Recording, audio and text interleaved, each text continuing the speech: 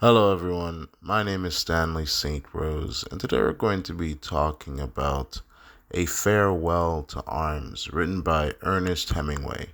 Now, before I go into a summary analysis of this work, please remember to leave a like, subscribe, and/or comment so the channel can continue to grow. All right, A Farewell to Arms. Really interesting book here. Lots of things are happening. Within this book, we have a man by the name of Frederick and Frederick Henry is an interesting individual. He's an American, and it's World War I, and he's in Italy. He's studying architecture, and while he's studying architecture, World War I starts, and he joins the Italian army. He becomes a lieutenant, focusing on he's a lieutenant. He's in charge of ambulances, getting the medical support that soldiers need. When they need him, they tell him, we need this. This however much ambulances they need, they call him, they tell him. He gets the ambulances there to rescue lives. So he's doing that during the war. That's his job.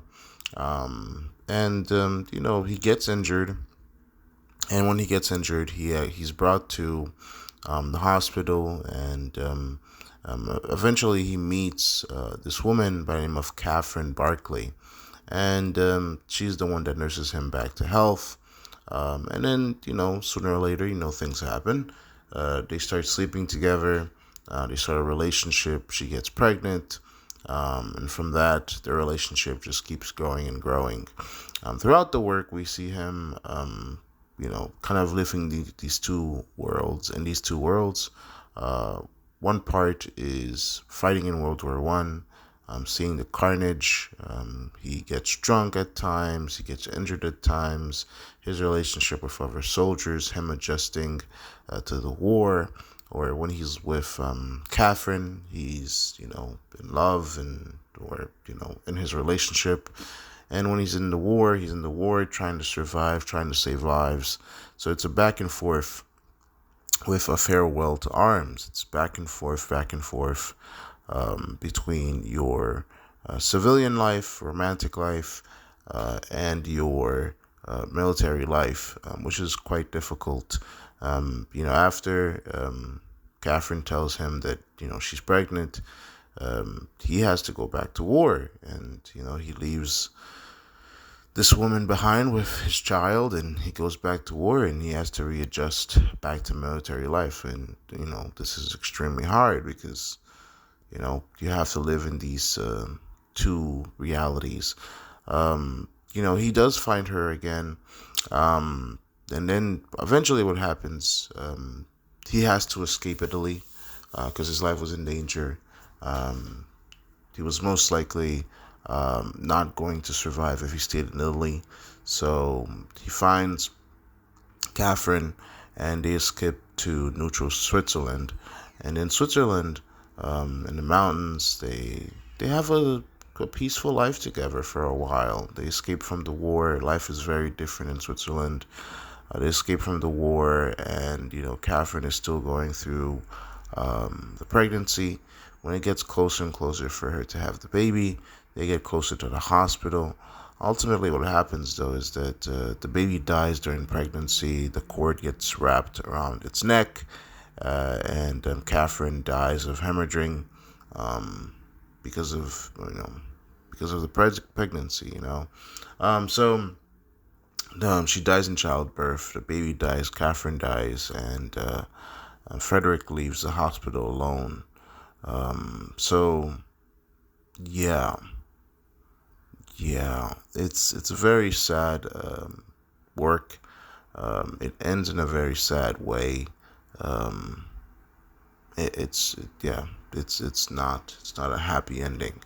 But in terms of deeper meaning and analysis, this work is very fascinating. The way in which the relationship between Frederick and Catherine gets woven into this. You have this war going on.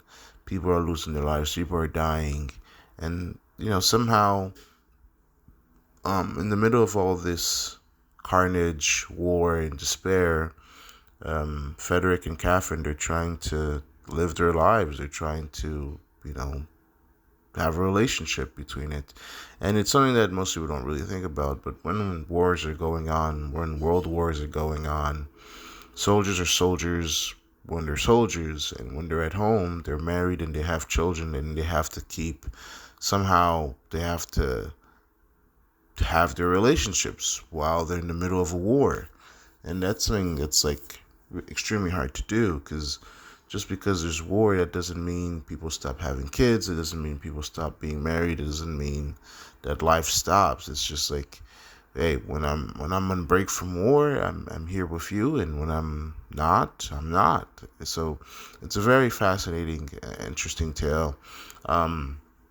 Their escape to Switzerland, and the ominous and dark ending of this work is very difficult, because after Catherine and Frederick, after they find themselves in Switzerland, they really try to kind of like, things look like they were gonna end well, right?